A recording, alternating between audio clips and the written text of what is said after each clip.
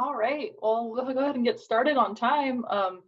Want to welcome everybody. We're so happy to that everyone could join us in this March digital Be Learning event from Be Local PDX. I'm Rose Lavelle. It says Be Local PDX, but yeah, Rose Lavelle here, the learning chair on the board, and also work at Scoutbooks. We're going to be getting through a lot today. There were so many pieces and people involved in the planning for this topic. We postponed the pre-scheduled topic because we know that COVID-19 and the effects of the pandemic it's having is going to be what's on people's minds. So the purpose of this event is to connect with each other, have time to hear about what people and organizations are doing to support the community, and share resources and examples. So thank you to everyone who made this event possible, speakers, facilitators, board members, and everyone attending. You know, we had over 170 people sign up to attend, including over 60 people to get the recording. So this is our biggest Be Learning event ever. First, we'll start off with some updates from B Lab. Then we'll take some time to connect in smaller groups. Then we will come back together again to hear from BBPDX and their switchboard, our local grocer new seasons and updates from them, and some HR and marketing examples from local B Corps, tips and considerations. Just a few housekeeping pieces. This is our first time, or my first time, hosting such a large meeting, so appreciate you all bearing with us. We're really hoping it runs smoothly. And then please keep your phone or microphone muted when you're not speaking, and join with video if you can. We'd love to see you. I'd love to see everybody's work from home spaces. So it's a really time to connect and have that human interaction that we probably all need in this really digital world right now. You can ask questions via the chat. Kel Moody, our events chair, will be managing the chat. So anything that comes up, also welcome to share links and resources in the chat too. We will have time for questions in the breakout groups for the last 30 minutes of the call. And we may have some time during the main session for questions too. We'll just have to see how timing goes. So great, we're gonna go ahead and get started. Can you all see my screen there? Okay, great. We'll go ahead and get Hey, here. Rose, sorry. I just want to say if we don't end up with time to answer big group questions, I can try to compile those and we can like follow up with people. So if you have a question, if you want to just add your email or send just a direct message to me on the chat, then I can try to make sure that your question gets answered somehow. Thanks, Cal. Great, well, we'll get started with Anthea Kelsick and Alonda Green from B Lab. And please just let me know when it's time to advance your slides. Thank you. And thanks for having me. If you caught me smirking as Rose was speaking, it's Sophie telling me, oh, you just put lipstick on from our last call. And so I felt I had to clean up my work from home wardrobe for you. And so I'm wearing my power lipstick at the moment, as I probably, although I won't admit fully, that I might be wearing pajamas on the bottom. It's how these things go these days. But thank you for inviting me to this conversation. I'm sort of honored to be a part of this and thrilled, and much thanks to your time and energy in this time. Alonda and I are going to share a little bit about what B Lab is up to, particularly in the wake of COVID-19. And also, I think in particular, Alonda is going to share a little bit about some best practices on thinking through a Jedi lens in this moment. But I just wanted to offer up some gratitude to this group, to all of you in particular for being dedicated members of Be Local Portland. This is the community that's by far the most active of all B Corp communities in the United States. And so I would pat yourselves on the back for making that happen. You are a model that we definitely lift up amongst other B Locals and other B Corp communities. We're deeply grateful to the board for making that happen, for really robust and active leadership. I had the pleasure of speaking to, I think, a couple of you was it earlier this week or last week? The time's sort of a blur. And so this might be a little bit repetitive what I'm getting into, but again, thank you for your time and for joining all of these calls. And as I'm ramping up in my role, and so I am sort of a newly minted co-CEO with Ben Anderson of the B-Lab US and Canada team. And as I get up to speed, I continually hear about the Portland community, and everything from the events to the activities to some of the innovations that are happening. So including things like the ABC learning groups, which are incredibly impressive and powerful and really important to how we activate as a community. And I suspect there's a lot that we can learn as B-Lab, but also in sharing with B Corps and B Locals around the country as we navigate this new world that we live in. And so I would say continue to bring that energy, that innovation, the spirit of community, and we hope to be in this together with you. So thank you. So back to B-Lab for a second. Before we go to the next slide, I'll give you a cue in just a hot second. We have spent, I would say, if we've been living in this for the last month, we've spent the first half of that month really leaning into our own team's wellness. And as I'm sure most of you have, like figuring out what it means to be a responsible organization and a responsible set of leaders in this context. And so we've spent a lot of time figuring out what it means to be a fully remote workforce, what it means to build up muscles around staying connected in that time, to continue to serve our B Corp community, and to really ensure that people have all the resources they need to continue working. And like many of you, much of our team has small children at home with no childcare. If one of mine pop in, they're just here to say hi, and then I will try to scoot them out. Many of them have aging parents at home, and some who are already dealing with symptoms of the virus itself. And so we're trying our best at our own reduced capacity and doing the best we can, and are encouraging as much feedback as we can get to figure out how best we stand up as a team to continue to serve the community. And so while team wellness is our number one priority and sort of will be a very, very close second, is continuing to serve the community. And our new thinking around that is driven by three things. And so we can go to the next slide.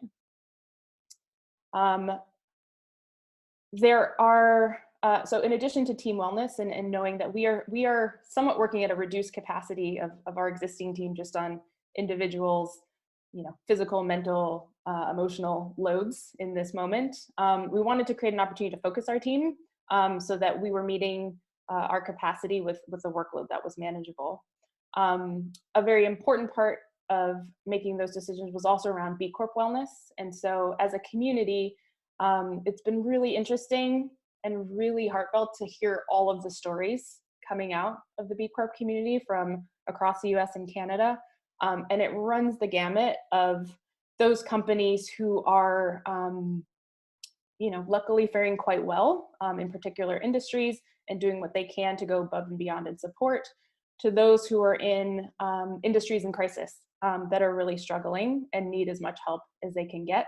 And as you can imagine, everything in between. And so recognizing that there is a huge variety of challenges at the table, we want to make sure that we are doing all that we can to listen and to really deeply engage on understanding what those things are and not presuming that we have all of the answers sitting where we sit.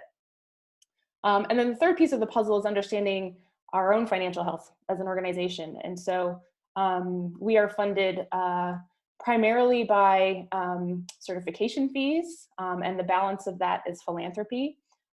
Both of those sources of revenue are shifting as well, depending on how we can bring in new B Corps, which is not all that likely in this climate, but also ensuring that we're engaging with our existing B Corps and through our B Locals, through the Beehive, through some of our account teams, and on, and really making sure that we are serving the community and retaining those B Corps that really see the value there, and potentially even finding the right ways to support and supplement funding on that front. And so for all three of those things, going to this slide, we are refocusing all of our team's time and energy to the community. And so 100% of our time as a team at least for the next 6 weeks, I can see this going well beyond that, are going to be entirely focused on our team. And we're going to clear the decks of all non-essential work, where non-essential is defined as any work that's not explicitly designed to serve and nurture and connect with the B Corp community. Those things are, we do a lot of work with new products. You've likely heard about like the SDG Action Manager, which is a tool that is quite useful, also useful in this time, but is not necessarily a priority as we see it for serving the B Corp community. And as you likely know, depending how long you've been in the community, B Lab does a lot of things. We are really good at taking on probably more than we are capable of. We are excited about opportunities and new ways of serving the community, but really we want to focus in on the core and serving the community as it exists today and ensuring that we can all make it out to the other side. And so the way we're going to do that on the next page is to focus on sort of 4 key work streams. These are quite high level at the moment, and we have some teams working deeply on this behind the scenes. But those 4 areas around that sensing and listening that I talked about. And so we are doing that through primarily our touch points like B Locals. And so the conversation earlier this week was about that. There's a little bit of that happening here. And it's going beyond that to even individual calls as needed. As we see solutions or challenges rise up, we want to convene the right people around the table to figure out what the right solutions could be. Knowing that we won't necessarily have all the answers as an organization, we certainly have access and the opportunity to connect the right stakeholders to make those solutions possible. So whether that is around things like financial resilience or sharing of best practices among individuals, or even things like resources of best practices in remote working, those things abound. We are not the experts. We will not necessarily be creating that, but can we be a hub for where some of that exists? And then finally, mobilizing the community around those resources that are most needed. And through, we're hoping to create a more streamlined, but also more frequent form of communication. I hope you all received our first of our weekly newsletters today. It should have gone out an hour or so ago. And that's going to be a new format for us to do some of this sharing and to do it on a more regular basis. It's sort of the first of its kind in that form and also in that cadence. And so again, where you have feedback or where you have thoughts on how to improve that, we are certainly ready and willing to hear that as we iterate into this new way of working. And so that is essentially the focus. We're excited to focus on the community. This is, I think, something we've wanted to do for a long time. And sometimes it takes a trigger or a tipping point to make that happen. And so here we are. And we have a very excited team who is focusing wholeheartedly on figuring out what the community needs now.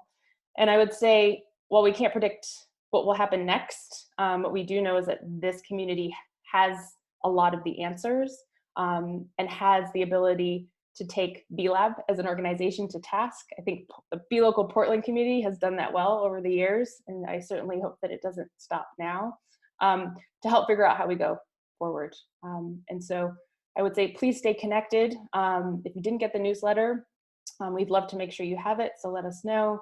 And if you're not already on the Beehive, to join that as well, because we will be using that as a hub of communication to try to keep everyone connected.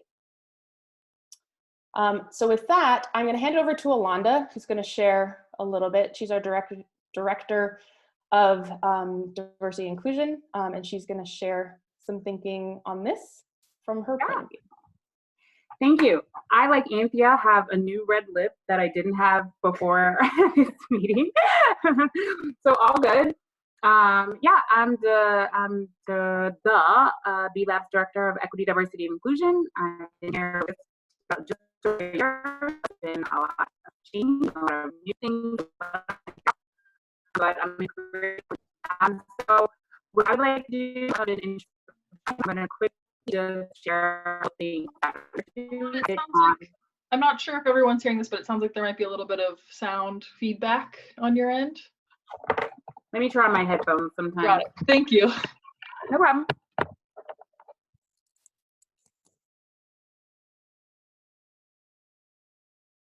Oh, can you guys hear me? Still a little bit of feedback, but can hear you a little better. Sorry, I'm in a silent room. Is everyone else here? You're okay? Okay. Yeah, it's good now. Yeah, thank you. Okay, great. Perfect.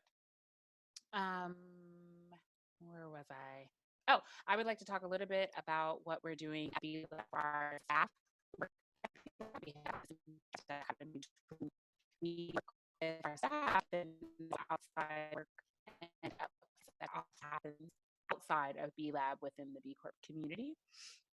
So my job is to focus internally with staff, but because I work on our more known as there's consideration for how we go about the work. Sorry, Alonda, it's a little bit feedbacky again. I'm not sure. We can hear most of the words, but not sure if anyone else is having that issue. I think it might be a connection issue. It's like cutting out maybe. For me? Yeah. You're doing okay, like at periods, but I think there's just maybe just if you give me 2 seconds, I'll pop out and come back in.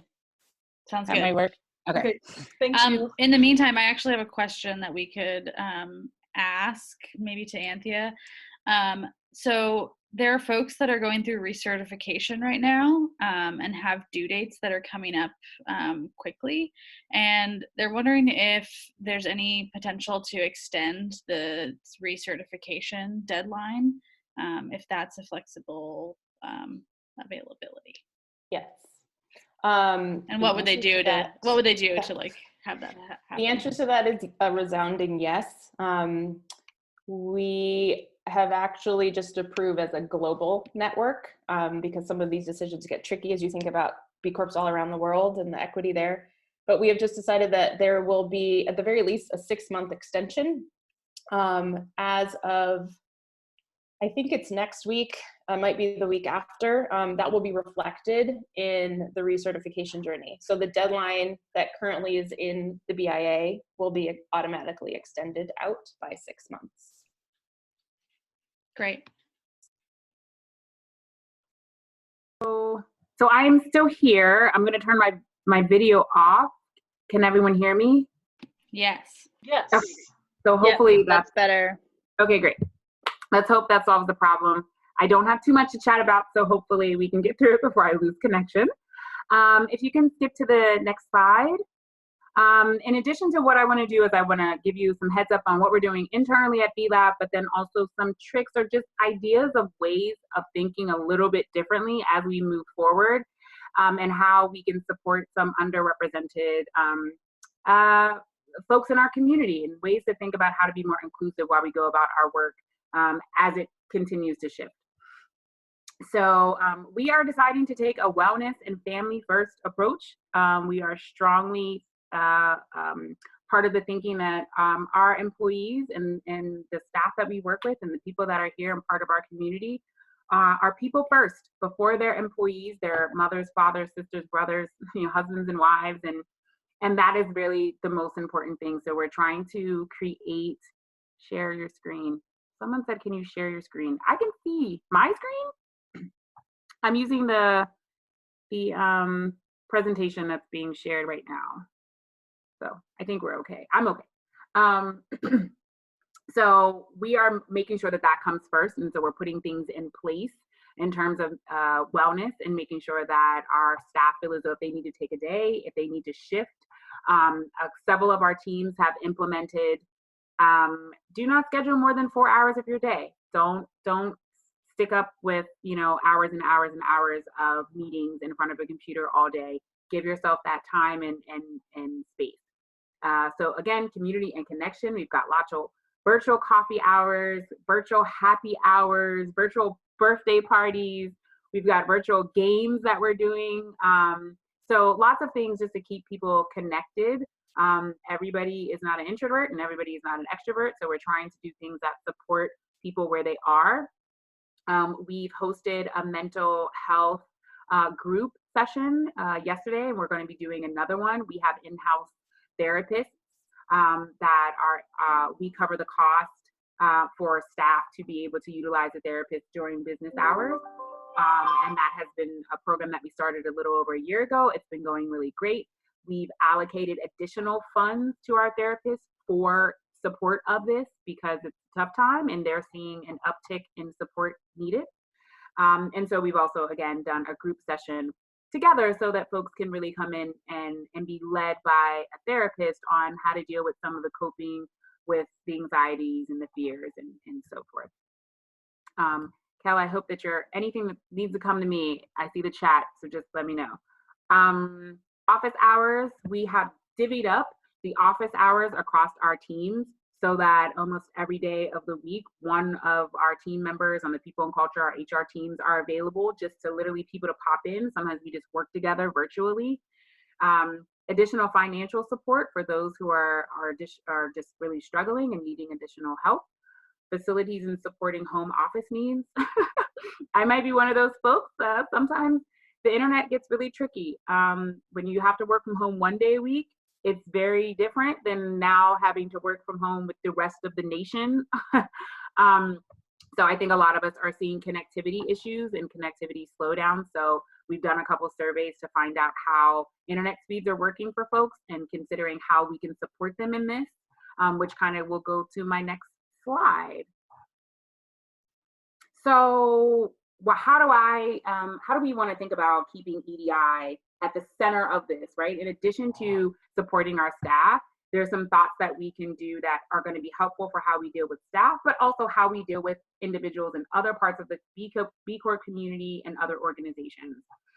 So we want to actively reject racism, sexism, xenophobia, and all hateful or intolerant speech. This goes without saying. I imagine I'm in good company with understanding that that is how we want to interact with each other, both in person and online. It gets really fast. Things are moving really quickly. I encourage us not to slap things out really quickly, stick something in an email very fast, take the moment to really think about, the messaging. And we have to understand when you could walk over to somebody's desk and have a conversation with them 2 weeks ago, that's not possible. So in virtual, unless you're having the conversation, i.e., quote unquote, face to face, things get lost in translation. It's very difficult to understand tone via email or written text. So just be mindful of that. Next. Sorry. Address unequal access and technology. Just because it's 2020 doesn't mean that every household everyone has their own computer. Everybody may not have internet access. Again, some people, just because you work from home, might have left the home to work from home. Maybe on their work from home day, they worked out of a local library or a coffee shop.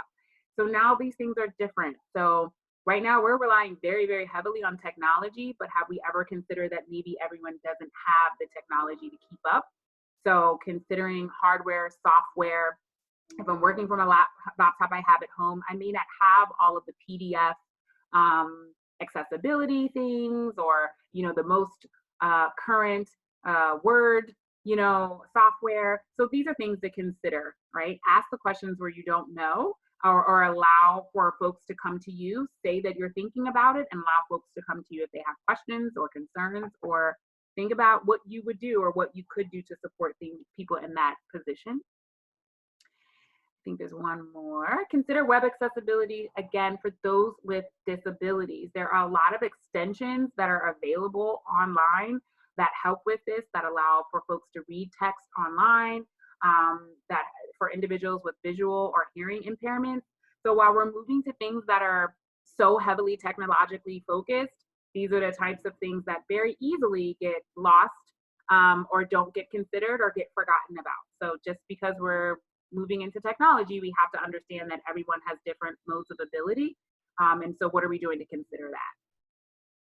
I have a few more on the next slide. Let's be patient. Text and video conversations, as I stated, there's a tendency to want immediate answers right away. And so try to be as clear as possible in online conversation. And if at all, it's better to just quickly hop on a Slack call, hop on a conversation, get 5 minutes of that person's time and just have a direct conversation. It gets really, really difficult. Some people, I'm one of them, is actually a verbal learner. I'm a verbal communicator. So I have a very hard time communicating all the things that I need to communicate via text. And so sometimes you have to be lenient, or we're asking folks to be lenient of different communication styles. So if you're the kind of person who wants to pop it in an email or put it on paper or put it in a text and be done, if someone else wants time, it might not be simply because they want to give you something else to do. They actually might need that processing time for communicative purposes. So just allowing a little bit of flexibility with maybe how you're typically able to do your work, and consider other people have different needs.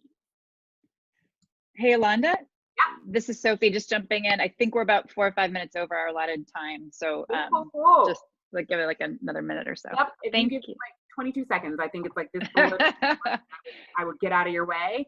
So just like relax some of those requirements, as we've mentioned.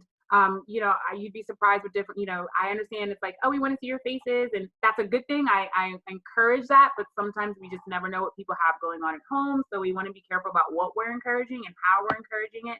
Just remembering that people have different things going on. And so just be mindful. And of course, stay educated. You don't know what you don't know. Ask questions. Google is a wealth of knowledge and information, and learn about organizations outside of yourself. Consider looking into the education field. Look for resources outside of organizations that look exactly like yours.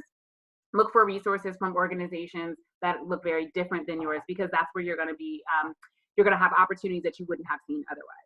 And I'm going to be quiet, and thank you very much for your time. I think we were going to ask for questions, but I don't know if we have time right now. I think we're good for now. Yeah, I think we're gonna move on. Thank you so much for joining us. I know you all had calls, right after this, so really appreciate you taking the time to share updates and EDI focus with us here. Thank Super you. helpful. Thanks for having us. And I would just reiterate, please reach out to us as early and often as you need to for any thoughts. We're eager for them. So thanks. Great. Thank you so Talk to much. you soon. Bye. Awesome. We will now be kind of pivoting to a small group check-in. I'll let Kel kind of go through what we're thinking here while I get some breakout rooms set up. Yeah, thanks, Rose. So the idea here is just to give us all some time to connect with a few people. We're going to try to break up people into groups of 3 for about 5 minutes or so.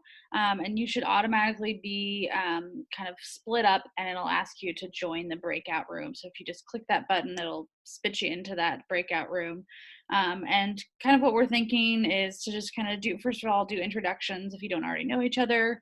And feel free to just share, how you're feeling right now. And kind of some things to focus on are maybe like what's a value or principle that is going to help you get through this time or has already helped you get through this time. And then maybe share some strategies that you're using for how you're utilizing different self-care principles or practices, and what you're doing to stay connected with others. People are continuing to use this word social distancing, but I kind of like someone yesterday I was chatting with kind of reversed it around and said distant socializing. So let's maybe like reframe this kind of idea that we're all like super apart and separated, and find ways to still stay connected. Thanks, Kel. I'm going to go ahead and split you up. I think it will now show up an option on your screen. And you can choose that.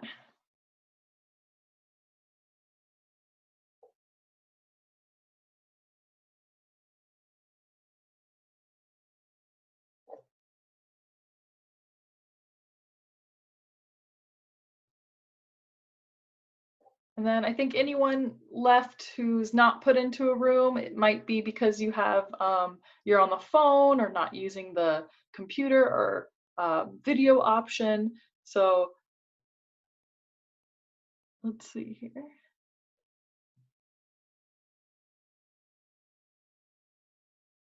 If you are still here, just take a few minutes to reflect on these questions, and take a couple-minute break. We'll get back together again at about 12:33, so about 4 more minutes.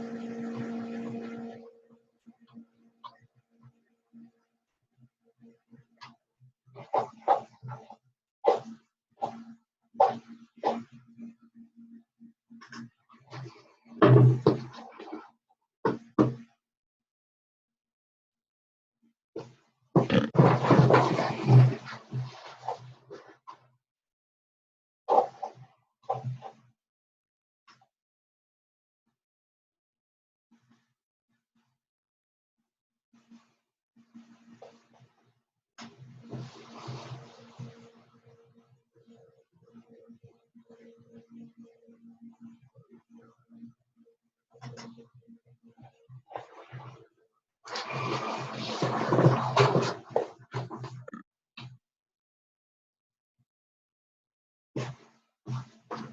there. I was the only person in my group. Oh, I'm so sorry. Yeah, this is our first time doing it, so I think there were some technical difficulties with like some people on phone or not joining. So sorry about that. You're totally fine. I'm actually in the process of becoming a B Corp too, so. So am I, and I had the same thing. Nobody was in my room. Oh, I'm so sorry. Thanks for coming back here.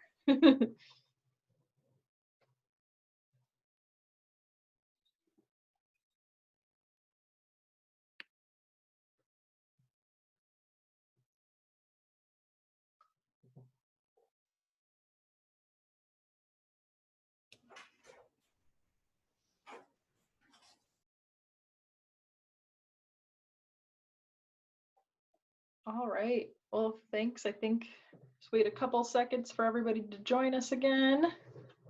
I know it didn't work for everybody, so apologies on that. I think it randomly pairs people up, and sometimes it's not joining, or if it's a phone or not video. So thanks for bearing with us here. I hope you got a chance to reflect on some of these feelings and things you're doing to connect with others and take care of yourself during this time. Well, I loved Kel's social distancing versus distancing socially. So I was about to shoot a message and be like, I get it, but I also feel very isolated in my little one-person group. Definitely. Well, yeah, thanks for everybody. We're going to, I hope it worked for most people. There were a couple issues, but we'll get better and better at it as we go along. So now we're gonna go ahead and hear from BBPDX and Ashley Henry of BBPDX. Are you here, Ashley? Oh, sorry, I was muted. Oh, there you go. Yeah, my dog tends to bark a lot when I'm not paying attention to her, so I had it muted. Hi, everybody. Thanks so much for giving us the opportunity to be on this. I believe I have about 5 to 7 minutes right now, so I'm going to try to give a broad overview of who we are and talk a little bit about what we're doing in the moment. I also want to shout out to Think Shout. I'm wearing one of their t-shirts. They're a BBPDX member and a B Corp, and their CEO, Lev Sipin, is on the BBPDX board. So for those of you who don't know, Business for a Better Portland is a membership organization. We started a little over 3 years ago. We just celebrated our 3rd birthday at the beginning of February. And what brought these businesses together was a belief that in order for business to thrive, we need to live in a thriving community.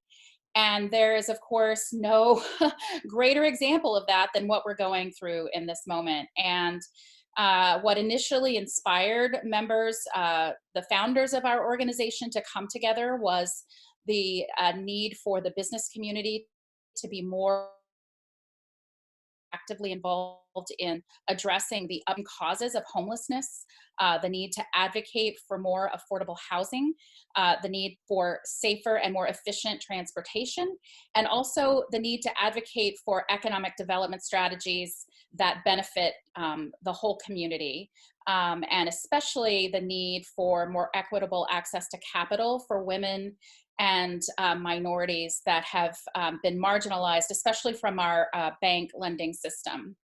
So I'll move on to the next slide and say so how we do what we do is we first listen to the community.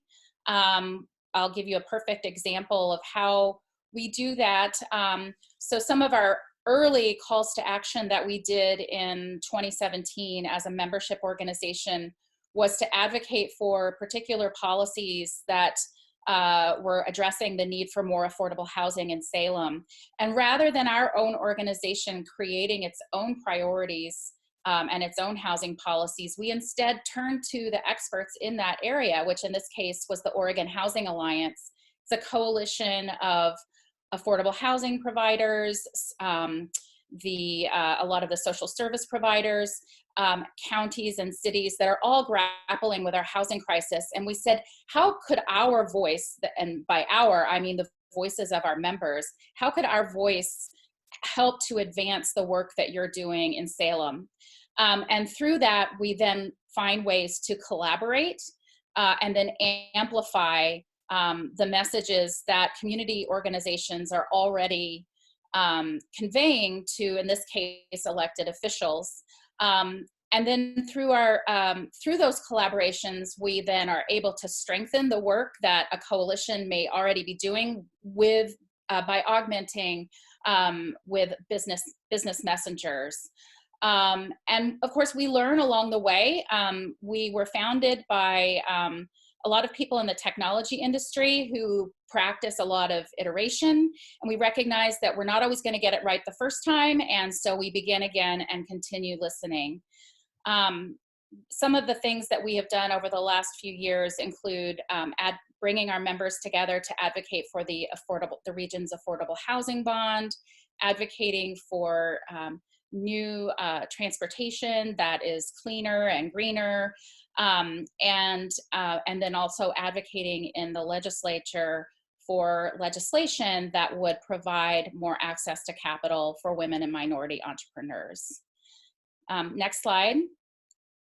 So over the last 3 years, we have become a real umbrella organization because not only do we have almost 400 companies that have joined, we've also grown our affiliate membership, which includes a lot of nonprofits that are housing providers, social service providers, because they see the work that we're doing in the policy arena to advocate for solutions with our elected officials is something that they really appreciate. And so when this pandemic occurred, it was clear that we had built a lot of connective tissue and trusted relationships with a lot of our elected officials, with community-based organizations, and that we could mobilize our members and community partners to advocate at the state, local, and federal level,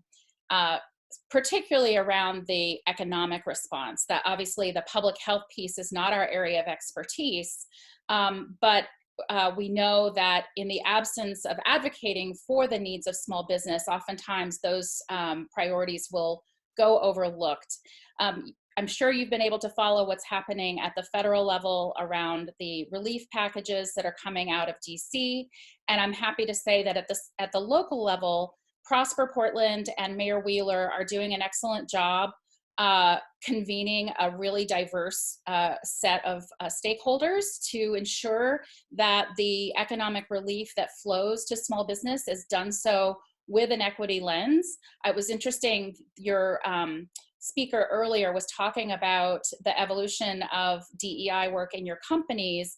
And I would say that a lot of elected officials have been incorporating a lot of that message into their work as well. But in a moment of crisis, it's really interesting to see, are those values actually being lived in that moment of crisis? And I would say that Prosper Portland is certainly demonstrating that they are. I'm afraid to say that that may not be the case with what's happening at the state level. And so we are connecting our members directly to elected officials, and we are also convening a coalition.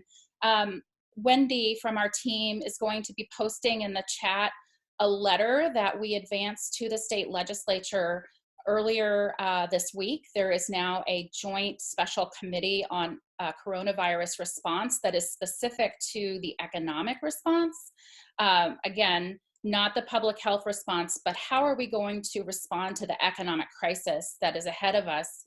And we were able to work with a number of community-based organizations, culturally specific organizations, to advance a sign-on letter to emphasize the needs of small businesses and the businesses that are in communities that are the most vulnerable to this economic shutdown. We are not sure that these messages are penetrating right now. I'll be really candid with you. And that's why I'm hoping that the others, B Corp companies that are not currently part of the BBPDX family will be involved with this particular effort We are going to be sending out calls to action in the coming days because there's going to be a special session convened in Salem. And so we're really going to need to add a lot of other voices to these letters.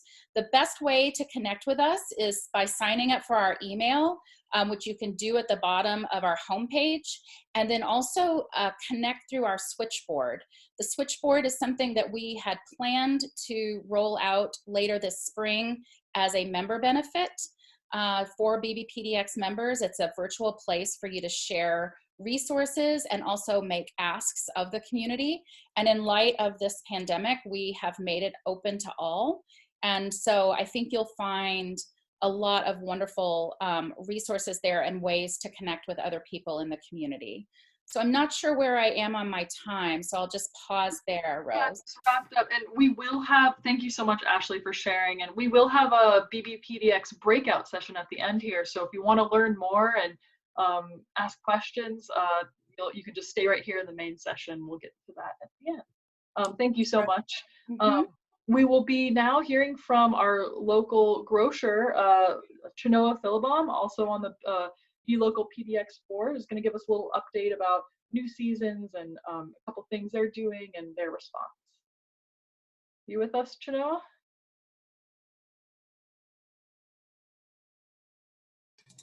Yeah, sorry, I had to unmute. I was perfect. Thank you. Thank you, Rose. Hello and welcome, everybody. Thank you so much. As Rose said, my name is Chenoa Philibom. I work for New Seasons Market. I lead the community team. So I have the pleasure of working with a lot of small local businesses, a lot of nonprofits, the B Corp community. As Rose said, I'm on the board of BLocalPDX as the engagement chair.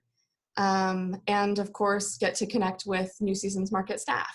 So it's been a whirlwind the last couple of weeks with so much changing every single day.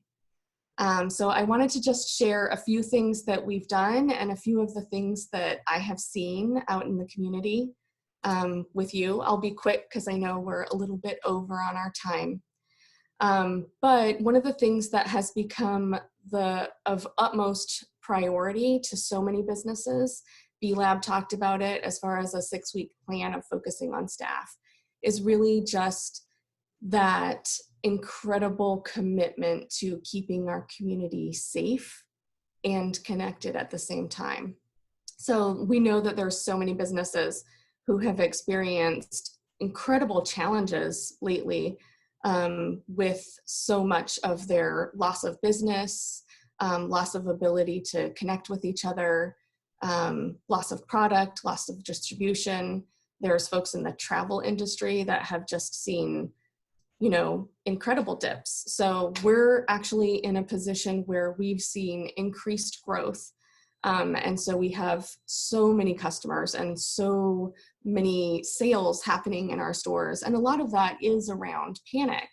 And so we have implemented quite a few things in our stores, and we've been hearing the last couple of days, especially from our staff and from our customers, how much safer they have felt in our stores. So we've implemented quite a few measures throughout the store to be able to keep people safe. So a lot of those are distancing measures, which we've tried to do in a really friendly way by creating large floor decals that folks can stand on that are measured at least 6 feet apart. We have created plexiglass protection that's up for our staff so that, you know, we call them spit shields or breath shields. And then increasing the EAP support and counseling support for our staff, really extending PTO coverage for staff that have childcare issues, and then also for staff that are at risk, at greater risk of contracting COVID-19.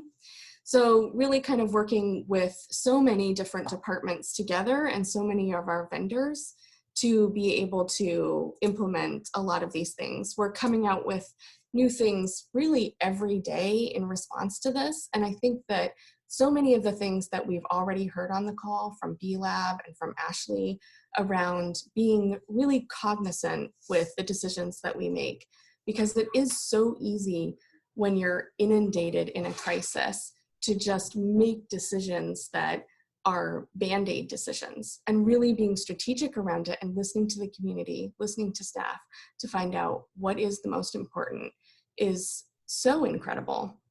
And just in sharing with so many of our B Corps, I just personally, the very first Champions Retreat I was able to attend, the theme was interdependence. And one of the things that I have seen in this community really has been a recognition that all of us together are interdependent on each other, and that we really can work together to make our community stronger at the end of this. So it's been overwhelming, and anyone that goes grocery shopping, not just at New Seasons, or anyone that has to do something out in the community that is one of those, and you come across an essential worker, be kind to them, be nice to them. They truly are on the front lines, and thank them for their service. And definitely, I think one of the biggest things is that we've seen, I'm just checking out the participants. I think we peaked, it's been off and on in this meeting, but we peaked at about 123. That's definitely the largest learning lunch that we've ever had. And it truly shows that this community wants to come together to find solutions, and this community wants to work together to create a stronger economy and to create stronger connections. And so I personally just want to thank everybody here. It's been amazing. I'm attending Ashley's thing, but of course, if anybody has questions, you can find me on the Hive. So if you have questions specific about New Seasons or anything that I've said, feel free to reach out to me. Here, Genoa, thanks for those awesome words and that update. We're gonna move along to the next. Oh, okay, I had it. Okay, I guess HR culture is up. We're gonna be hearing from Kate Rood and Kristen Cooper. Give us some examples. Thanks, Rose. This is Kate. I'm gonna take the lead on this initial overview, and really this is kind of a teaser for the breakout that Kristen and I will be leading. So let me know if my audio is doing okay. Slide design is not my forte, so I just put a lot of text on here because I know these slides will be made available to folks. And just like everyone said, the beauty of this community is all of the different industries and business models that we all represent, tied into a unified purpose to use business as a force for good. And so I think, friendship and connection is one of the things that's foremost on my mind. So I know that people are struggling in a lot of different ways, the folks on this call and then the folks in our communities. But there's also a lot of friendship and connection here. And so I couldn't let a moment go by without sort of acknowledging that. I think the friendships that I built in this community have really sustained me personally the last 4 years, and certainly now. Cameron's not on this call, but he gave me permission to use this photo. Some of you may be feeling about how Cameron's face looks in this call. And so it's okay to feel that way. And a lot of us are sort of absorbing and feeling the pain of those in our communities who are the most vulnerable. And so just appreciate everything that everyone on this call is doing, what BBPDX is doing, and how everyone's activating the resources that they have to connect. So from an HR and culture perspective, it's hard. We all have a lot of different business models. There may be students on this call, there may be solopreneurs on this call, and then there are larger organizations like New Seasons and Northwest Permanente and Beneficial State Bank. There are organizations on this call who operate globally, and there are those who just have Portland staff. So Kristen and I wanted to put together just a list of possible things that you're thinking of, and Anthea and Alonda already covered a lot of these. So we're gonna go into more depth in our breakout session, so go ahead and join that if you want. But the things that I've been working on as Director of HR at Beneficial State Foundation and in my support of the bank's HR team is certainly leave and benefits.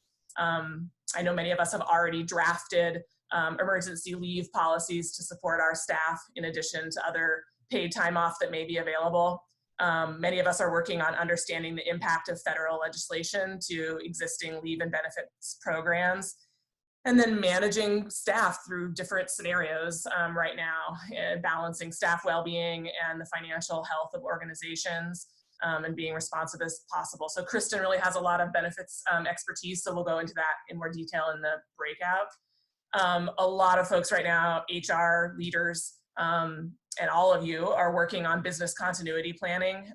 So I know a big focus for many of us is emergency succession planning and identifying key business functions and what will happen when those staff are out.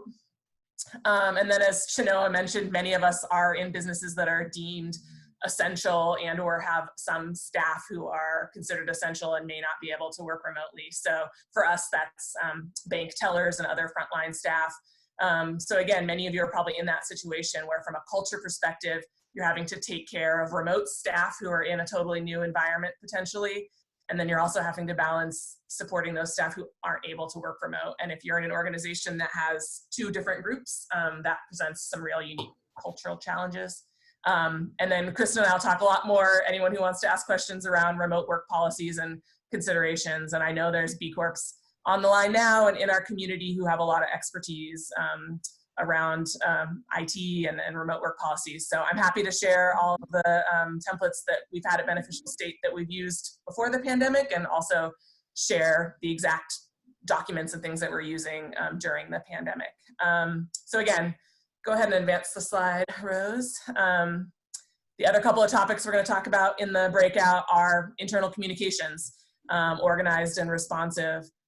Just as folks have been talking about on this call already, it's really important to create place within the organization with your staff to name power, privilege, and help staff process what they're seeing and experiencing themselves for their families and their safety and security, and also what they're seeing in the community.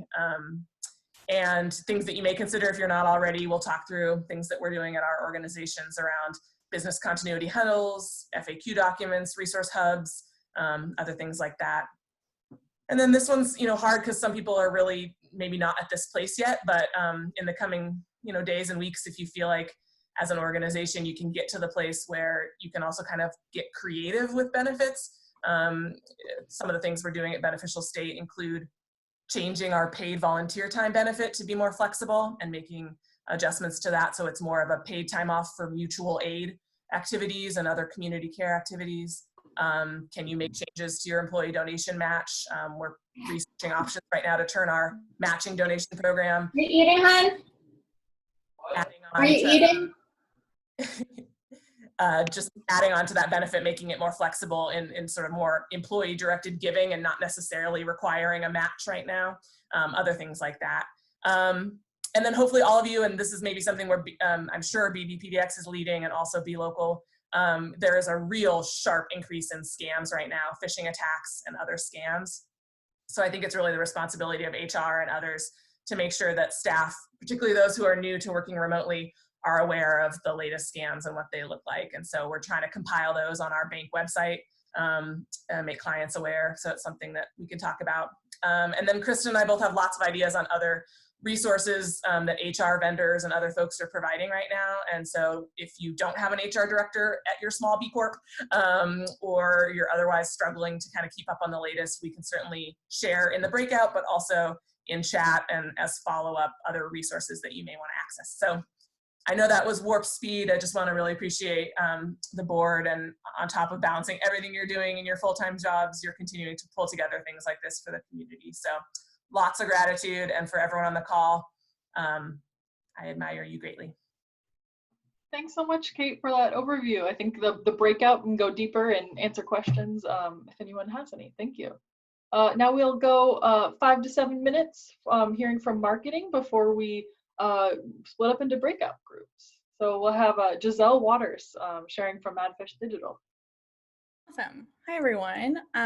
So I am Giselle. I work at Madfish Digital, and I'm also the communications chair at BBPDX. We can go to the next slide if you want, Rose. And I'll just make this really quick. We will go into a lot more detail in our breakout session and be chatting collaboratively, and then we'll also record that so that way everyone can get that information if they're not able to attend that one. So obviously we're dealing with, unprecedented times, which I feel like I've read 300 times now in the past couple of weeks. But I wanted to talk a little bit about best practices as marketers, as we are often interacting with our customers on the front lines of social media or email. We're really like inundating folks with messaging. And so knowing how to talk to your community and customers at a time like this is challenging, but we've put together some best practices and next steps. And one of the most important things to be thinking about right now is really what is the value that you're creating with the content that's going out there? How is it serving your community? How is it serving the person reading it? And how is it helping them? Is it engaging them? Right now there's so much going out there and there's so much content and, you know, a lot of news and stressful sort of situations. And so as much as possible, really thinking about putting out something that creates value for that community. I put together with my team a list of resources on everything from SEO to paid media to social in terms of next steps that is in that landing page, but we'll be talking a little bit more about examples and some great things that folks are doing. If we can go to the next slide, Rose. Awesome. So, you know, being in this together really means honoring and respecting our audiences and the people in our communities, our staff. And some great examples from our community that we're seeing are folks like Portland Garment Factory making masks and PPE equipment, and then Shine Distillery, a local distillery who's making hand sanitizer, really thinking about ways that they can use their businesses as a force for good during this time. You know, it can be as simple as things like that beauty counter example on the previous slide. That's like, you know, what are the things that are getting you through this time, and sharing those resources with folks, putting together toolkits and resources. But then there's those really actionable next steps like making equipment. But I did want to talk also about just some examples of what not to do. You know, right now people are really wanting to hear about what you're doing for the community, how you're supporting your staff, how you're supporting them. They don't necessarily want to hear about your latest sale, and maybe like just thinking about how to frame that and not having it be opportunistic. I have a couple of examples here, like this one from an online grocer advertising cleaning products that wouldn't kill coronavirus, which is just a little bit in bad taste. And then in addition, just like folks who are really like hitting their sales and marketing initiatives in the same way that they were. This isn't the time to behave marketing wise like it's business as usual. I just have a screenshot of a text from a flooring provider that just kept texting me and calling me, even though I said, you know, you can contact me when the pandemic is over. Can we go to the next slide, Rose? Yeah, so just talking about the future state, something that Katie Augsburger from Future Work Design talked about recently was, you know, there is a moment after this moment. And I think a lot of marketers are thinking about that, thinking about how do you plan for something when you don't really know the length of time that we're going to be in it and how we're going to talk about it. But I think it's really important to know that it's not going to be business as usual. Consumers are not going to go back to, you know, typical spending habits, and communities are going to be different. And so as we're enveloped in the during, it's really important to think about, you know, what we're doing to build community during this time as marketers. And so, you know, your values during this will matter afterwards. Your actions during this will matter afterwards. And the community that you build and engage will matter. You don't want to go away. You don't want to, you know, shy away from talking about the hard things that are going on. There's a lot of courage and bravery in talking about how hard things are right now and supporting folks and really sharing and being vulnerable. That's really important.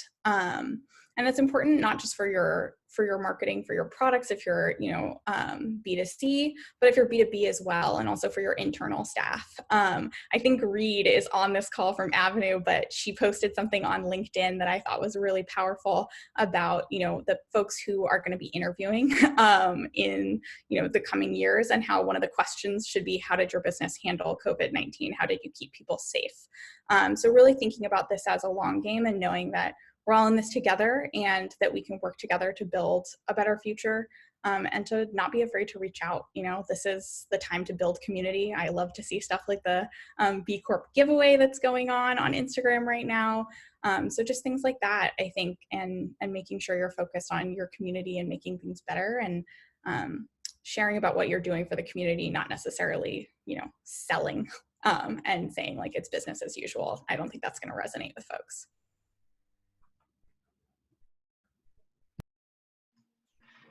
Great, thank you so much, Giselle, for sharing. We're also gonna have a marketing breakout too to ask more questions. Before we leave this room, some of marketing and HR breakouts are gonna be in a different Zoom call. I'll share that in just a second. But we just wanted to point out a web page on the Be Local website with resources. We have kind of, as people send them to us or as we're made aware of resources, we try to link them on our page. We'll be collecting all the resources from today that were shared into a doc and making sure to get that shared to you. But if you can check out our website now, we'll probably be updating it as we have more resources. And it's really just a time to feel free to share more resources in the chat if you know of any events or web pages or anything that could be helpful to the community right now. And just wanted to, thank everybody for coming. The next thing, we have our breakouts. So we're going to have 3 breakouts for the next, 20, 25 minutes. If you want to stay in this main room, there's no, for BBPDX, there's no action required. You just sit tight. If you're going to go to the HR and culture, there's the Zoom information here. I'm going to go ahead and paste that in the chat soon, and the marketing Zoom channel. So you will need to leave this call in order to get to the HR and culture breakout and the marketing breakout. Let me go ahead and just try to paste this in the chat while I just did, Rose. Oh, you're awesome. You're awesome, Kel. Great. So yeah, just again, thanks so much for attending this presentation. Stay tuned for more digital events. We'll do the breakouts and the event will end after that. So just, yeah, thanks everybody for coming together. And I think we've heard a lot of really great things today, and can go into a little bit deeper dives for these breakouts. And yeah, just as Rose mentioned, we're going to collect all the links that were shared today and share them with you all. We're also recording this, and we'll be recording the breakout sessions and sharing those with folks as well. Great, thank you. So we'll just get a few minutes for people to leave this breakout if they're not staying for the BBPDX, and we'll just get started with our breakout here in a few minutes with Ashley Henry and Wendy Lynn. All right. And I might stop sharing my screen here, Ashley, if that's something you want to do. Yeah, I don't have anything to share on my screen, but I think Wendy will, if you can give her permission to share from her screen, that might be a better option. Sure. I just stopped sharing, so I think I think she can just go ahead and press the little green share button on the bottom of the screen whenever she's ready. Okay. And it may be that we don't have too much to share visually, but more of just talking. That's fine too. Thank you very much for giving me this opportunity. I want to quickly pivot to questions, but just to reiterate, for those of you who are staying for the breakout session, Business for a Better Portland historically has kept its focus primarily on policy advocacy rather than philanthropy for a really important reason, and that is that we know that there are a lot of generous people in our community, and that businesses want to come together to do great philanthropy, especially in a time of crisis. And yet what oftentimes could have the most impact long-term is actually addressing those upstream systemic issues that are really rooted in the policies that are passed by our federal, state, and local and regional governments. And historically, progressive businesses honestly haven't had an access to a lot of these conversations.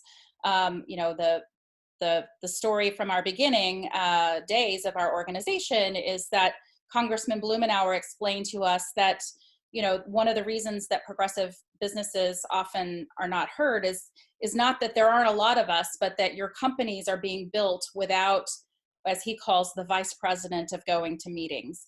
That vice president of government affairs, the vice president of civic engagement, who's out there representing your company, and is that person's job to be the eyes and ears of your company. And so in the absence of most of your companies, and I'm looking to see who all is on the screen, you know, Neil Kelly certainly had a really strong presence in the community, but that was really specifically because of the CEO himself, as opposed to it being a function that is built into the actual structure of a company. And a lot of these processes, and you know, this particular crisis is sort of the daily policy making on steroids. It's very impenetrable. If you, Rose, are really busy doing your job at Scout Books, you don't have time to figure out what's the most strategic way that I can get Scout Books plugged into addressing homelessness in my community. And so the role that Business for a Better Portland has played is as a what we call a civic engagement on-ramp. And so by providing bite-sized opportunities for busy professionals, whether you're the CEO of your company or an employee within that company, to leverage the political and social capital that you have as a person in the business community, if that is pooled by us working together at Business for a Better Portland, if we are able to pool that political and social capital, it can actually have an impact on outcomes. And so we have seen small wins over the last 3 years that I think can give us some heart about what's possible during this pandemic. And let me just give you a couple of examples. The advocacy around something that sounds really minor right now, but dedicated bus lanes, right? So we've known for a long time that buses are getting stuck in traffic. People who are dedicated to taking transit are getting to work late. Some people can't afford to get to work late. And so they end up driving. And oftentimes those are the very people who can least afford to pay for gas and pay for parking. And so Business for a Better Portland joined forces with a lot of transportation advocates like the Street Trust and others to really support what PBOT was asking for, which is these, what they were then calling enhanced transportation corridors, and now they're those rose lanes that we see out on the street. And the idea is that that bus transportation will become much more efficient over time, and more people will want to take the bus because now they trust that the bus will get them there on time. And the reason that I'm telling you that story is that that we were able to bring together over 50 companies to advocate to City Hall, to our city commissioners, to push back on business voices that were speaking for the business community, who said, oh, don't take away my parking, don't take away that lane of traffic. And so we are seeing that kind of dynamic in mass proportions right now. And so I'll give you some examples of what is happening in particular at the state level to give you a sense of how the economic recovery is being handled by our governor's office and the legislature, and why it is so necessary to bring voices together to advocate for a better response for the small business community. The governor called together a council of economic advisors for the coronavirus, and the only organizations that were called together were the organizations that represent large industries. There is one person on that council that represents some of the smaller chambers of commerce around the state. So obviously members of those chambers are likely going to be small businesses themselves, but that person who is representing them also happens to be the very lobbyist who is trying to get Metro to not have the homelessness services measure on the ballot in May, claiming that it would cause economic disruption. So I don't have a lot of confidence that that person is necessarily representing the needs of small businesses like yours that are leading with values. So we're really trying through our letters and some of the letters that Wendy was sharing in the chat. And here she's going to show you on our website how you can find this information. At the legislative level, So that's the executive branch, getting information from the business community through that mechanism. At the legislative level, the legislature convened a joint special committee on the coronavirus response. And once again, they didn't hear from much in the way of small business voices. They did invite one gentleman who works he's a private consultant here in Portland, and he serves on a national board of an organization that represents small business at the national level. So he and I have been working closely together over the past week to try to bring more business organizations into coalition. And the letter that Wendy is going to show you, if she scrolls to the top, you'll be able to see the logos of the different business organizations that we're currently working with, including Oregon Entrepreneurs Network, Oregon Rain, which is based in Eugene, that works with a lot of small businesses and startups. The Coalition for Communities of Color, which, while it is not a business organization, is very plugged into the business community in communities of color. Built Oregon, which represents a lot of companies that are product companies that build products in Oregon.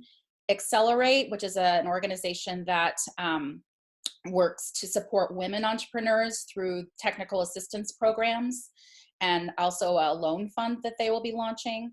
Apano, which represents the Asian Pacific American community, is a culturally community-based organization. They also convene the Jade District, which is the part of Portland, 82nd and Division and thereabouts, where there is a high concentration of Asian-owned businesses, many of whom were really hit hardest and first in the coronavirus because of xenophobia and discrimination against Asian communities. MISO, Micro Enterprise Services of Oregon, that is a local lending organization that provides loans to very small businesses, and they've been giving us guidance about what's working and not working with this new SBA loan program.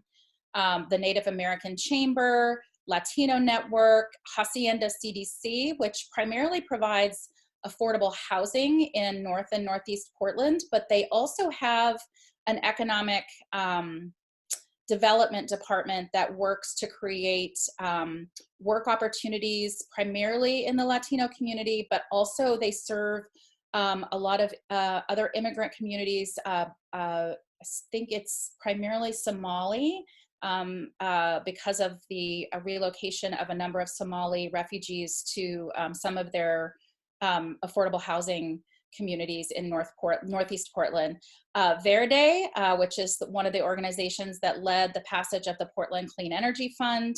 PACO, the Philippine American Chamber of Commerce. Community Lending Works, which like MISO, is a community lending organization based in Eugene, and they serve a lot of small businesses throughout the upper Willamette Valley. And then Professional Business Development Group, which is a nonprofit that primarily serves the needs of women who are COVID. So they work on larger construction projects, and they had never had their own official trade association. So we're really trying to advance a message about how critical it is to focus the economic recovery efforts most immediately on the communities that are going to be the most immediately impacted, the ones that don't have 3 months of reserves on their balance sheet, the ones who don't have access to credit at their local bank. These organizations, these companies are on they're the backbone of our economy, and these are the communities that are going to suffer the most in the near term. So over the next several days in advance of the special session, which we expect to be convened sometime early next week, we will be trying to expand this coalition significantly. So we will be looking for organizational sign-ons, and then we will also be creating a document that functions more like a petition, so that we can also advance the voices of individual businesses. So there's going to be more of a 1-2 punch where we will communicate to our elected officials in advance of the legislative session to continue to build up this particular message that's embedded in this letter. And then we will convert it into some kind of a call to action where you as an individual can call your legislator to reinforce the messages that we will be sending out to anyone who's interested in participating. So with that, I will stop and take questions. Hi, this is Kim. Thank you so much, Ashley. I think that was really, really good. I want to add also that as a support mechanism, I work for the Small Business Development Center, funded by the SBA, and we're in first responder mode, getting calls from a lot of small businesses, independents, self-employed. Mm-hmm. And please encourage people to reach out to us as well for resources. We have a capital access team. We have a team that helps with global trade. We have no-cost advising. But also we're pooling resources, like some of the things that have been on the Business for a Better Portland newsletter, OEN's newsletter, and pooling these resources to try and share with people and get them through this time. Thank you, Kim. I didn't realize that you were now working for the SBDC. How long has that been? About 1.5 years, but it's part-time. Okay. It's a part-time job. I have heard, you know, we've been on federal calls with Senator Merkley and Senator Wyden, Right. and heard that a lot of the relief dollars that are going to be flowing from DC are going to be funneled through the SBDCs. Yeah. And that's good, and also has some challenges, just based on the learnings that we've had. And I think this is a great opportunity for the SBDC to maybe help to figure out ways to work through these challenges. Is that a lot of small business owners, especially immigrant entrepreneurs and folks who may have not attended college, just the fact that SBDCs are geographically located on college campuses can be a cultural barrier for many small business owners. Yeah. And so finding ways to get SBDC resources out into familiar places, whether it is a community center that is culturally specific or a co-working space that is very familiar. I'm imagining that there's going to be a lot of need for that in the coming months. That's a really good hint. Now we're on a mandate to be work from home online only through June. Oh, through June. Okay. Yeah, regardless of what the president says, that's what the college is wanting to do. But I'll pass that along because I think it is a real and true idea. And there are SBDCs all over the state, but you're correct. And you know, we're trying to do as much outreach as possible. And I know my boss has reached out to every chamber, and we're encouraging every SBDC down to Coos Bay and Medford and across to really reach out to their local government and organizations as well. Well, one other message you might want to share with your director is that not all businesses are members of chambers of commerce. There, you know, we have over 400 members, and I would venture that perhaps just a handful, maybe 25, 30 are also members of the Portland Business Alliance. So if this person wants to reach out to me directly, I would be happy to speak with him about additional communications channels so that the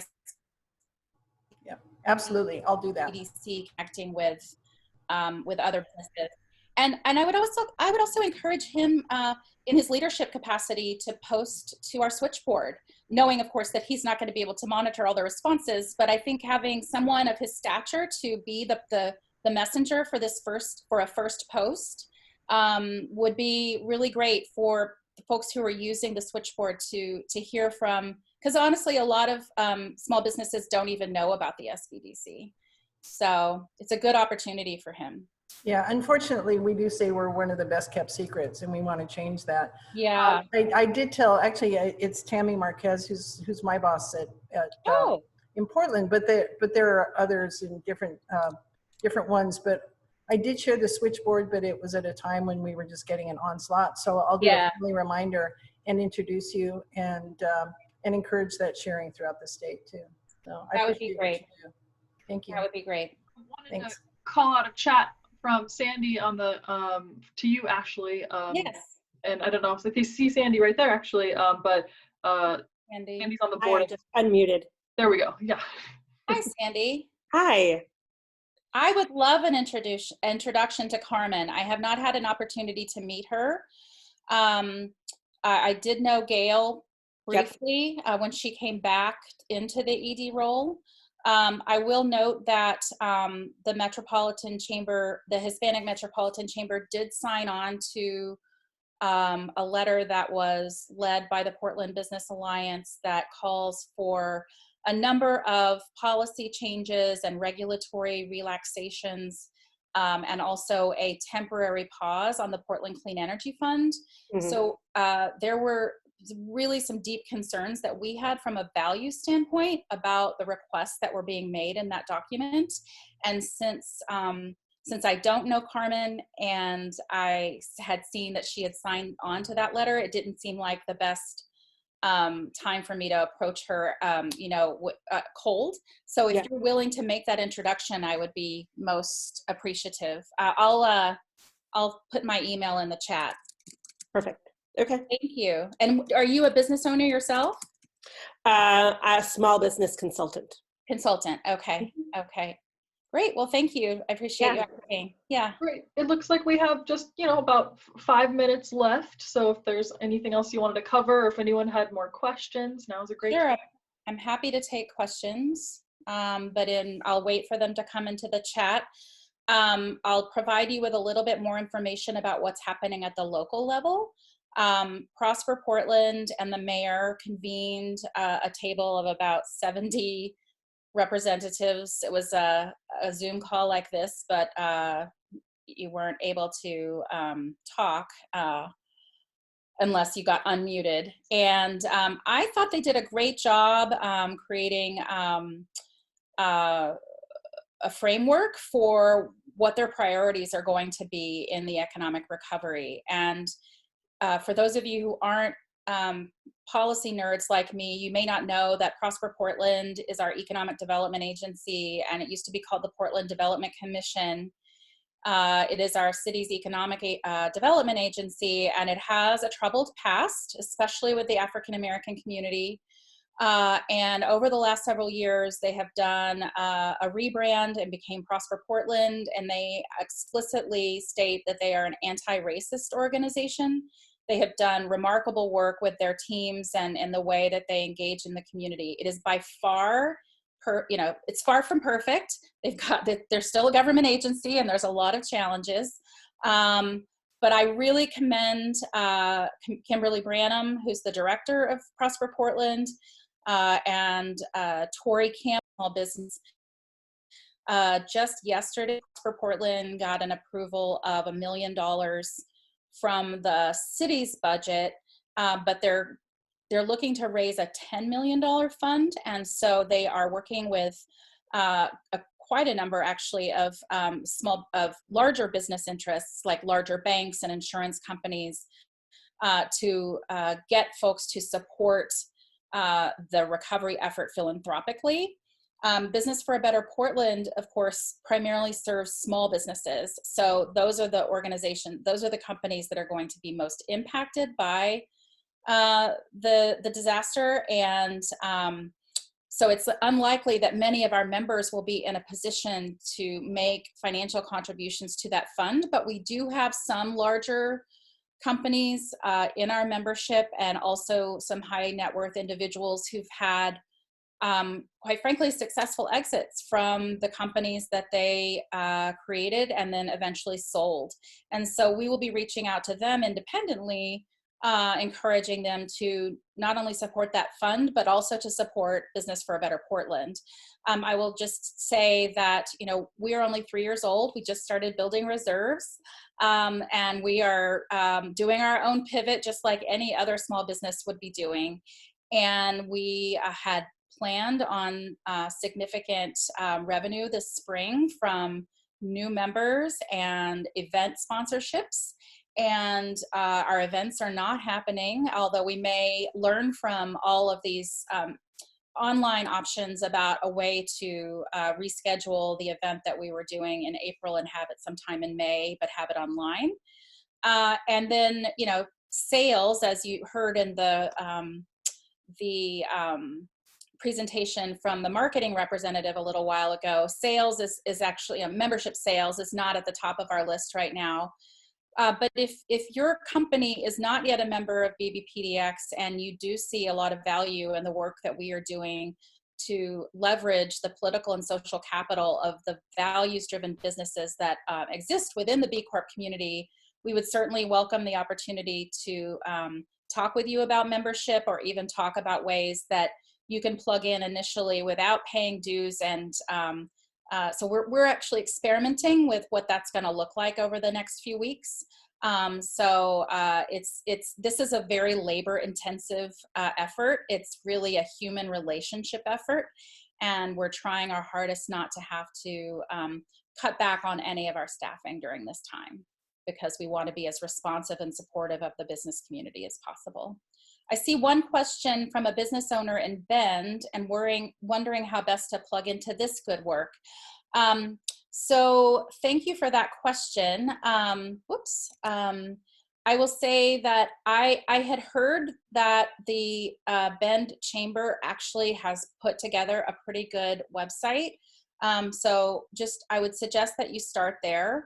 But I recognize that that may not be a good resource for small businesses. I would like to maybe chat with you privately, Shannon, to learn a little bit more, since we're running out of time, learn about your company. Rose, do we have time for Shannon to introduce herself and talk about the kind of business that she has in Bend, so that I could think on the fly? Yeah, I guess now would be a good time just to mention, just thanks everyone for coming. If you have to go, the event, was scheduled to go till 1:30, but we can continue. But we can continue with the room and everything. Those that want to stick around and learn more. So yeah, go for it. Shannon, so could you speak up about your business, what kind of business you have? And yes, so we're a certified B Corp, and I am minority and female, so all of the underserved sort of boxes we check, and living in a rural place like Central Oregon, funding's hard to get and whatnot, but super thankful for this. Anyway, we help women out of sex trafficking in India through pajamas and loungewear. So all of our products are inspired and made there, and then sort of our sales and marketing. Called? It's called Sudara. Oh, okay. I think I've heard the name, but yeah. Yeah. And so, clearly we have had some successes and whatnot, but given being an underrepresented founder, we don't have enough reserves to sort of weather this storm, because it's hitting obviously retail pretty hard, as well as the vertical that we've recently pivoted to, because our products played well there, is the hospitality industry and cruise ships and all of those things, which have obviously taken a major hit. So we're in a tough spot. But so personally, yes, of course, I'm looking for resources, but on a broader level, I just didn't know about you until just now. Really appreciate and love the good work that you're doing, and want to find a way not only to plug in, but sort of bring that same line of thinking more to Central Oregon, because we do have a lot of the smaller businesses that aren't represented, to your point, necessarily at the state level. We do have a pretty strong chamber and EDCO, of which I know, Roger and Katie, and have a lot of respect, and I'm part of those groups. But being, a Latina founder, I just know there are a lot of other small businesses, to your earlier points, that really don't know about those, or they don't know about the SBA, or even quite honestly don't have collateral in owning a home to be able to qualify for those programs. And so there's a whole swath of people and businesses that will be hardest hit and left behind in all of this. And so I just really appreciate your recognition of that. And I want to be part of that effort, for sure. Well, thank you for giving me that background. And I will say that I make no secret about the fact that I would love for every town to have a BB4, you know, so if you want to be the first seed of Business for a Better Bend, I'm all over that. And, you know, it was because of the advocacy work that we did in the February session for our access to capital legislation that we started connecting with a number of the CDFIs and other organizations around the state that are advocating for businesses just like yours. And so we're essentially like repurposing that coalition. EDCO was one of our signers. We did get the Bend Chamber to sign on to support HB 4033. But, you know, there's also, I think, a new Craft 3 office in Bend. So if you're not connected to Craft 3, I would definitely commend that organization to you. They're a nonprofit lender. They're called CDFIs, Community Development Finance Institutions. Yeah, I am familiar. Oh, okay. That. Okay. Yeah. But I think a lot's going to happen just in the next week, honestly, of really trying to bring some of these nodes of interest around the state together. And we're very encouraged, actually, by some of the conversations that we've had with Senator Wyden and Senator Merkley's office about the funding that will be coming down. So I just encourage you to stay connected with us, and as soon as we know things, you know, we'll be getting it on our switchboard, we'll be sending it out in our newsletters, things like that. Yeah, for sure. You'll be hearing from me. So thank you so much. It was so valuable. I think this was one of the best hours of my week, actually. In terms of just good information all around. So I really commend the local PDX group. Again, we're so small over here, we don't really have one. So when you all do a lot of your in-person lunch things, you know, I can't really always drive the 3.5 hours to make it. So I'm hoping that this will continue to be kind of an accessibility trend, even when we get beyond COVID, that we can do more of these sort of things, you know, for all the good work that's happening outside the metro areas.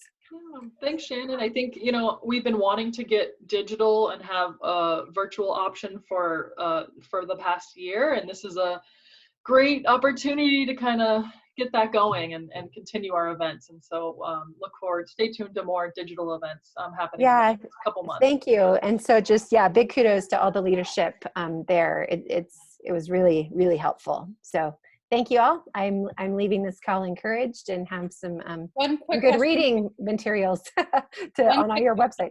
One quick question for you, Shannon. Do you know about the Accelerate program that I mentioned? I do. Yeah, a little bit. And I've been a little bit plugged in a little bit here and there. It was when I was sort of like looking around funding, and it was like, oh, there's these cohorts and we're not funding it. And you need to get in a cohort first. And, you know, I've worked with Mitch at Built. I, you know, did a keynote kind of thing a few meetings ago. And I was up for kind of an OEN award a few years ago. So there's been a little bit of entry points, but just because of the distance, you know, and I have a business to run and a partner and 3 kids and a dog and all the things, I can't just get over to Portland as frequently as I would like. But I've been the squeaky wheel, like, hey, can we have more virtual things and more? Understood. Yeah. Yeah. So I appreciate what you're doing, and I'm super excited to hear that you've been in existence for 3 years, and it's only going to grow from there. So would definitely be happy to talk with you about how do we get a little chapter over in Bend, and, you know, what does that look like for Central Oregon? That'd be great. Okay, cool. Great. Awesome. Well, thank you, everyone. Thank you. Thank you so much, Ashley. I don't know if you have any wrap-up words, but I just appreciate your time and learning more about BBPDX. Scout Books has been a member, but I've learned a lot today, and so thank you. So again, the signing up for our email, you can do that at the bottom of our homepage. And then also I encourage you to just go and check out our switchboard. And if you're not the person in charge of your company and you think that your CEO would want to lend your company's name to some of these efforts literally in a few days ahead of now in Salem, please put them in touch with me. Great. Thanks so much. Thanks, everyone. Nice to see your faces or your names, and stay tuned till the next event. Thanks so much, BBPDX. Bye. Bye.